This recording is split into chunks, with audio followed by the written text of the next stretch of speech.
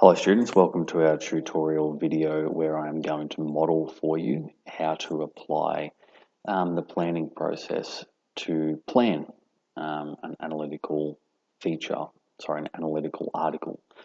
So last lesson we went through, or you went through, the different steps to planning an analytical article, and here they are there, and there were 4 steps. So this is what we did last lesson, or part of what we did last lesson. So I just want to very quickly recap for you what those 4 steps were. Before we do that, I just want to quickly state what the purpose of this tutorial is. The purpose of this tutorial is for me to model to you how to go about applying these 4 steps to plan for an analytical article. So we are going to together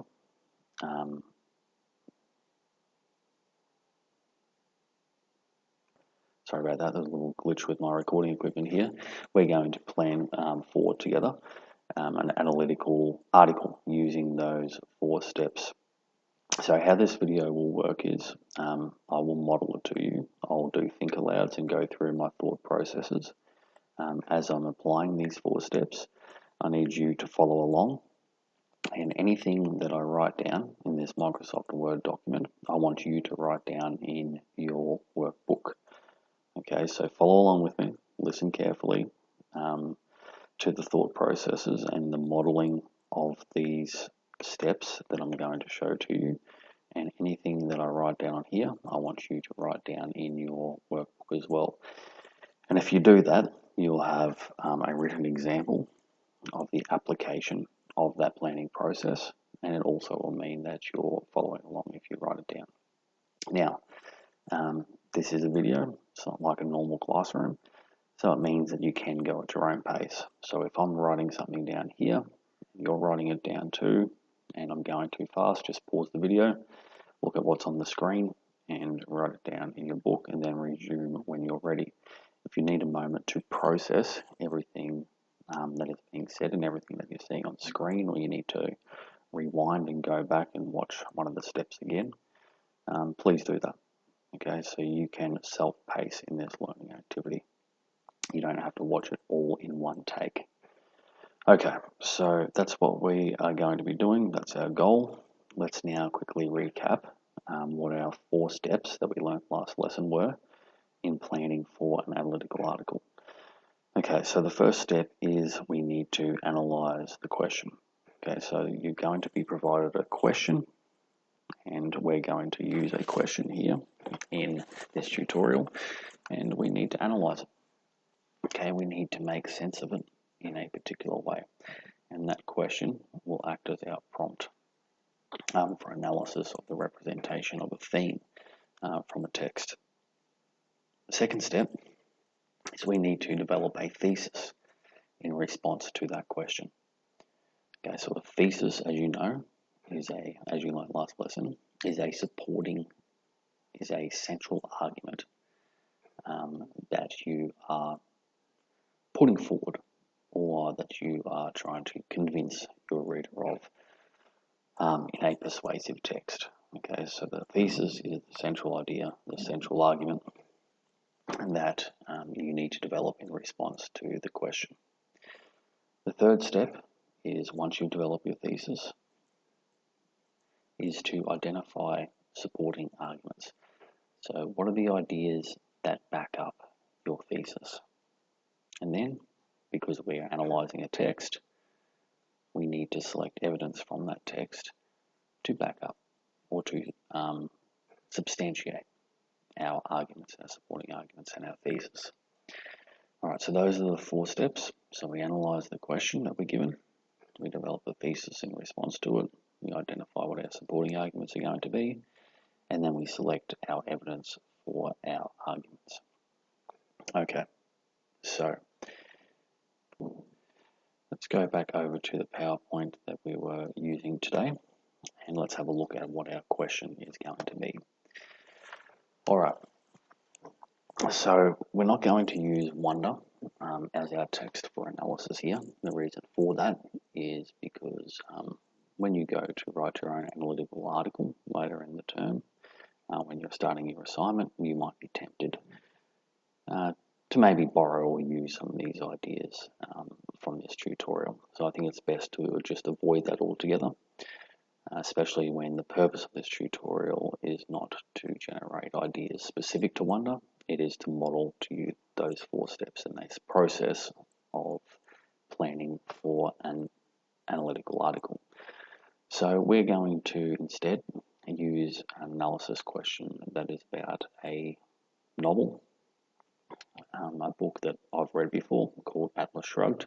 It's not a book that I particularly liked or particularly agreed with in its representation of a lot of themes, but it is an interesting text nonetheless, and it is one that has a lot to say and has a lot of representations about the role of the individual in society and the power of the individual to shape their own destiny.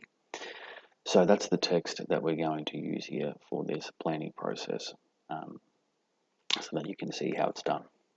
All right, so here is the analysis question. Through the text structures and language features, what is the representation of, typo here, the theme of the power of the individual in Atlas Shrugged? All right, so I'm going to copy that across to my Microsoft Word document, and I'm going to paste that in there and put it in italics. And in a moment, I'm going to analyze that question, but before we go any further, what I need you to do is in your workbook, write down this heading, Analytical Article Planning, and then I also want you to write down our analysis question here. So if you need to pause the video to do that, go ahead and do that now. I'm going to keep going. You resume when you're ready. All right, let's now analyze this question that we have here. Okay, I don't want to highlight all of that.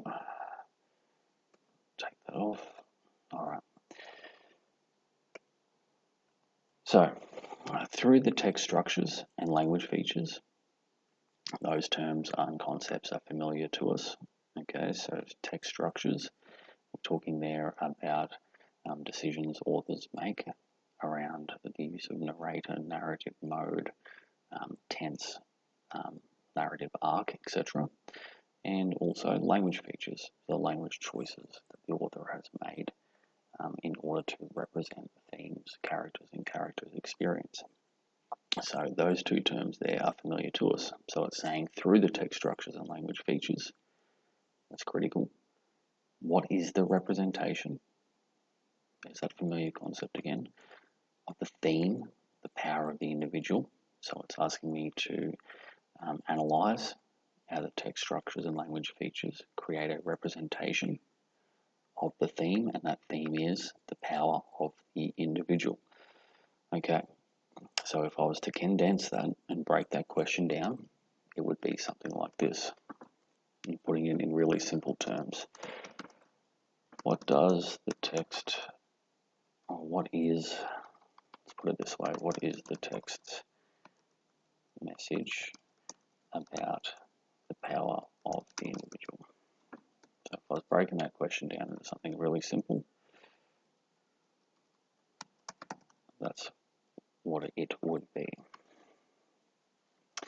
Okay, so what is the text message about the power of the individual? Message being really roughly another term for representation, and our theme is power of the individual, and we need to use the text structures and language features as evidence for how that representation is created. Okay, so that's our question. We've done that analysis. Now I need to think about what my response to that is, and my overall response is going to be my thesis. Okay, so my thesis, my overall response, or my central argument in response to that analysis question is as follows. I'll take that off bold. Through the use of narrator and language features, put this in italics because it's the name of the text. Atlas Shrugged, take that off italics now, represents the individual as being empowered to shape their own life and fate. Okay, so overall, based upon my reading of Atlas Shrugged and based upon my careful thought about that theme, the power of the individual, this is what I think overall the text structures and language features, well, this is what I think overall the representation through the use of the text structures and language features of the theme and power of the individual is, and that is that Atlas Shrugged represents the individual as being empowered to shape their own life and fate. So that is my central argument. That is what I'm going to use my analytical article to argue for, or to back up, or to substantiate. Okay, so I've got a thesis there, and you'll remember from last lesson when we looked at the features of a thesis and how to write a thesis, that a thesis should be very simple, straightforward, and concise. It should not be too wordy, it should not be too unwieldy, it should not be too long. Okay, it is a crisp, simple response to the question that you will argue for in your essay, and that hopefully is what I've got here. That Atlas Shrugged represents the individual, that being the theme, as being empowered to shape their own life and fate.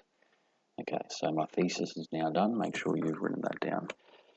Okay, so we have our thesis, our central argument that we're going to substantiate in our analytical article, and everything that we write about is to support that thesis, is to argue for the validity of that thesis. All right, so what I need to do now is to reflect back on and think about more specifically what supporting arguments that I can use from my reading of the text to back up that thesis. Now, a thesis is a very simple, concise, and very broad statement.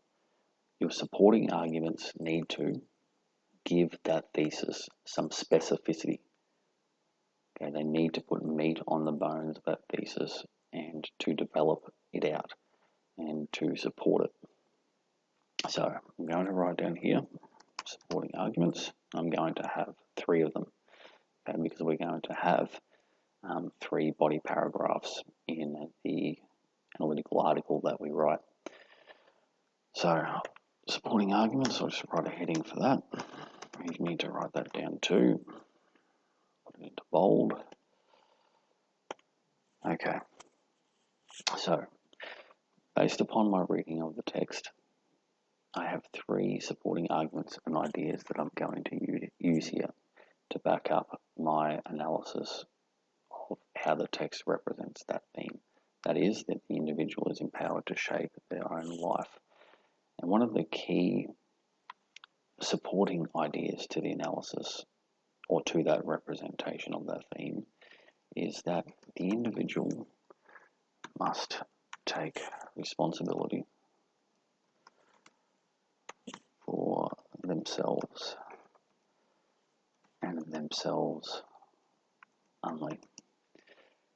So for many of the characters in the text, particularly the narrator in this text, a character by the name of Dagny Taggart, she has a very strong perspective that she is alone in the world and she must take responsibility for herself, and she has no moral obligation to anyone else. So she only needs to take care of herself and be responsible for herself, and she does not rely upon anyone else. Okay, so that supporting argument, okay, that idea, which is expressed through the narrator and through the choice of language features, I think backs up that thesis. Okay, the individual should be empowered, should be responsible to shape their own life and fate. So that is going to be one of my supporting arguments that I'll use one of my body paragraphs to argue for. All right, so very famously in this book, the author, through the characters, especially through the narrator and through the language choices, puts forward this idea that greed is good, that individual greed and self-interest, so wanting to advance your own wealth, wanting to win, wanting to have a lot, is something that is morally right, and it is a virtue. So one of the supporting arguments that I've got here is that individual greed and self-interest is a virtue. Okay, and that supporting argument, I think, backs up my overall thesis that the individual, okay, through wanting to advance their own interests, is empowered to shape their own life and fate. So I think that supporting argument backs up or substantiates my thesis. So therefore, I'm going to use it. Okay, here is my third supporting argument.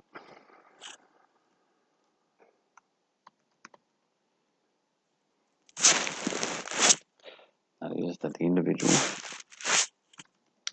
has the power to shape the world around them according to their values. So again, through the characters, especially through the narrator, the main character, the main protagonist in this novel, there is a representation of the power of the individual to change the world around them according to the change that they want to see in the world, and to change the world according to their own values. Okay, and again, I think that supporting argument, that supporting idea, backs up my thesis. The individual is empowered to shape their own life and fate, and also to shape the world around them according to how they want the world to be. Okay, so these supporting arguments substantiate or back up my thesis. They're not contradictory to the thesis. They don't undermine the thesis. They substantiate them. They back that thesis up. Okay, and that is what a supporting argument must do. It must back the thesis up. It must substantiate the thesis. Okay, so I think those three supporting arguments do back up my thesis. Okay, so I've identified what my supporting arguments are going to be. Now, what I've done in order to back up, sorry guys, there was another glitch there. Now, what I have to do now is to go back to my 4-step planning, and it's here on this PowerPoint. So I've analysed the question, I've developed a thesis, I've identified the supporting arguments. I now need to select evidence for my arguments. Now, we're not going to go through this novel and identify particular quotes and pieces of evidence that substantiate my supporting arguments and my thesis, because it would be here all day.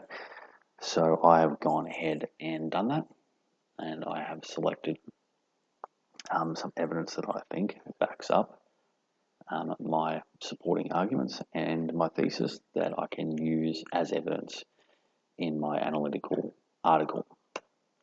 All right, so I'm going to go back to the Word document, and I'm going to put a heading here. Evidence. Okay, so write that down. And I'm going to write in some quotes from the novel or from the text that I think would be useful to substantiate or back up those supporting arguments. Okay, and remember, I also need to discuss in my article, okay, how these text structures and language features shape that representation. Okay, so I'll need to carefully think about that when I write down, or when I think about how I'm going to use this evidence. All right, so write this down. Do not, I'll take that off bold actually.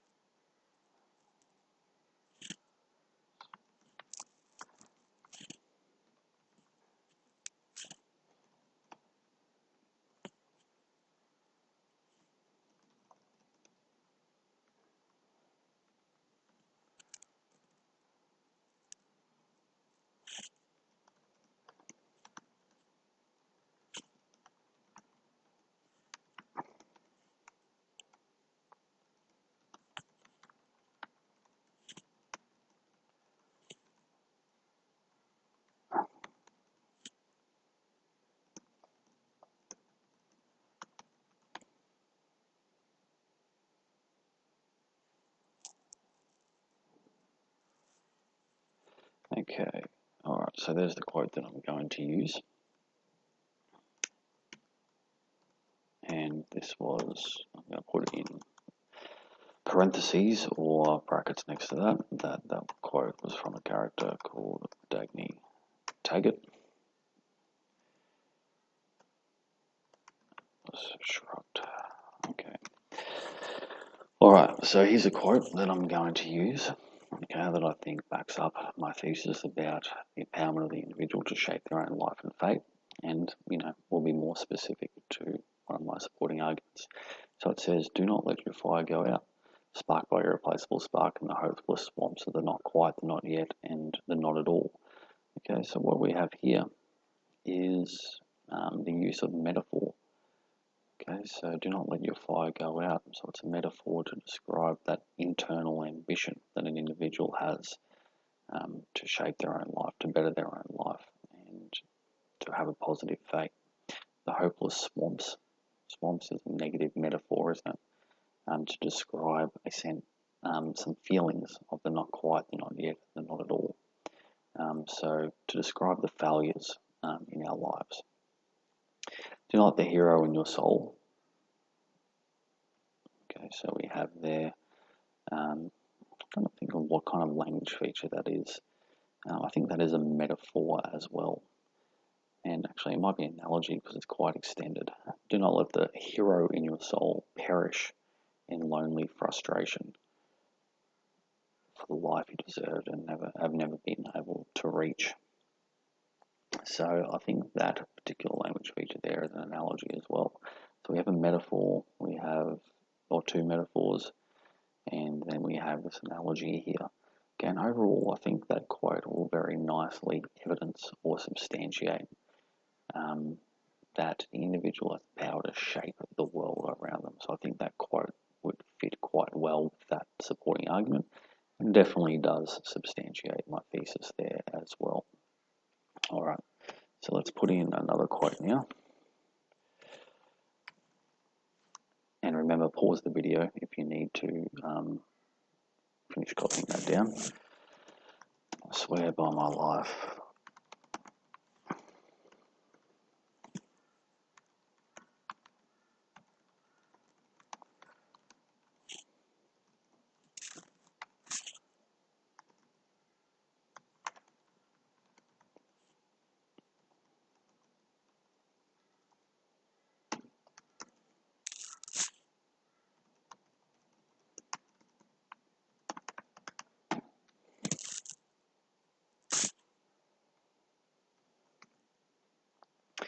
All right, so here's our next quote. Okay, and again, this one is from Dagny Taggart, who is the narrator in this text. Okay, I swear by my life with a single absolute that the world was mine to shape in the image of my highest values and never to be given up to a lesser standard. I don't think there's any figurative language in there, but it's a very declarative or very direct statement about some values and about this theme of the power of the individual. And it really does relate directly, again, to this supporting argument here, okay, about that ability to shape the world around them according to the values that they have and not accepting anything less than your highest standards. Okay, so I think that particular quote as well, actually, sorry, that is not from Dagny Taggart, that is from another character, John Galt. Okay, here's another quote that I'm going to use. And remember, pause if you need a bit more time to write down the quote.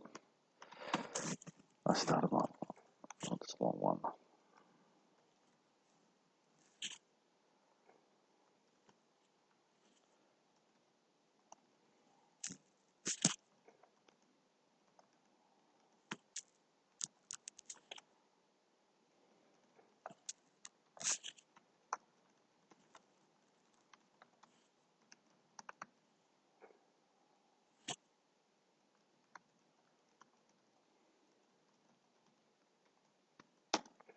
All right, so here's our next quote that we're going to use. And this one is from a character called Hank Reardon. I should really have the page numbers in there as well. I swear by my life and my love of it that I'll never live for the sake of another man, nor ask another man to live for mine. Now, again, that's a very direct and declarative statement. Not really any figurative language used in there, but it does really back up this supporting argument that an individual must take responsibility for themselves and for themselves only. So the representation, the power of the individual in this text is that the individual should in many ways be selfish, and selfishness is a virtue. You should not care too much for other human beings. So that really does substantiate or back up our thesis and back up that particular supporting argument. Okay, next one.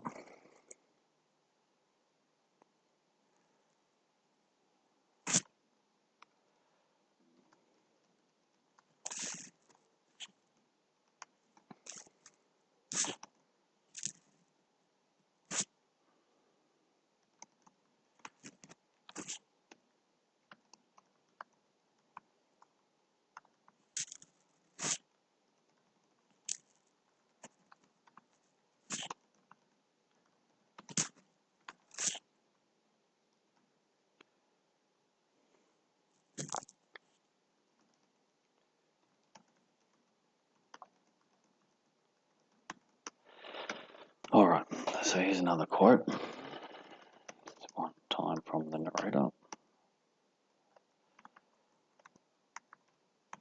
Okay, let's read it.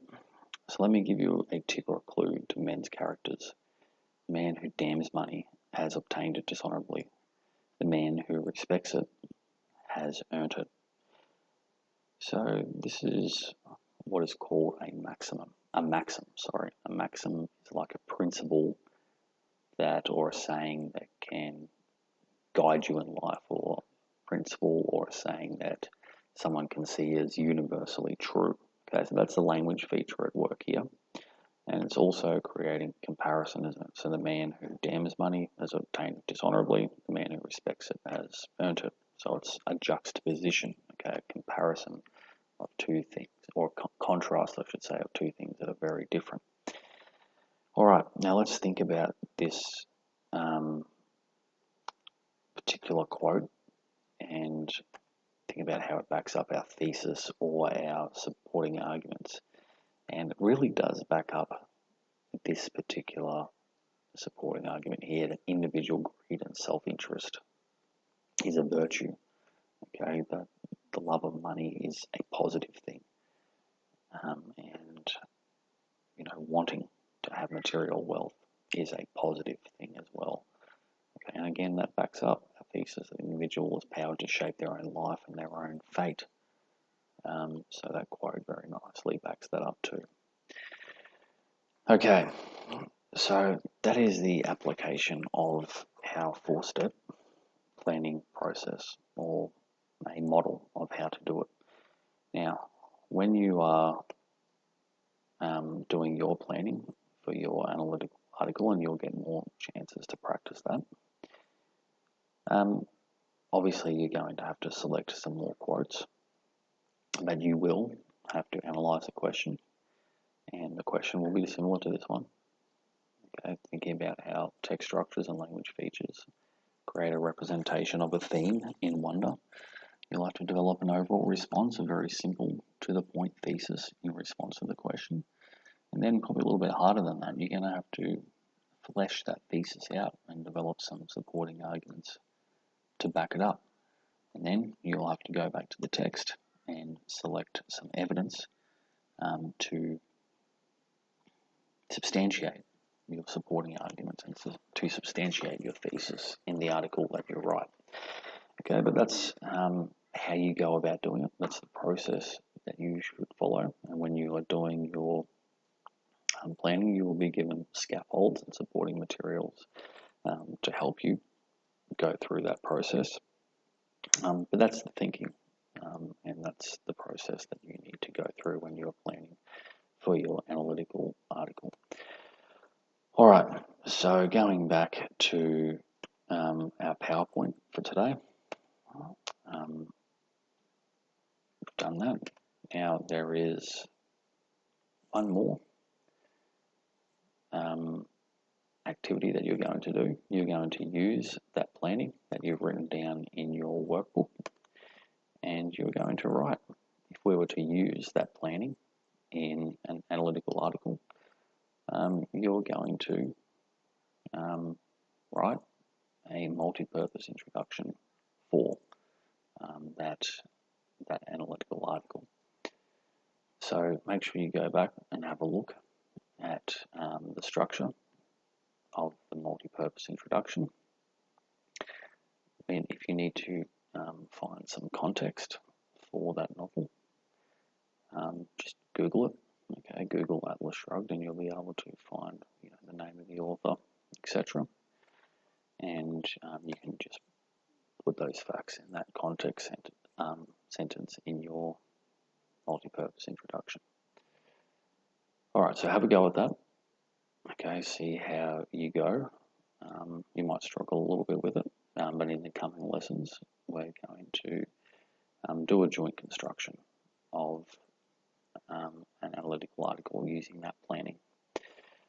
All right, so have a go at it. Send your work to me by email, and I'll be able to give you some feedback on it. All right, and there's your spelling answers as well. All right, we'll conclude this video now. Hopefully that helps you guys. I'll speak to you again soon.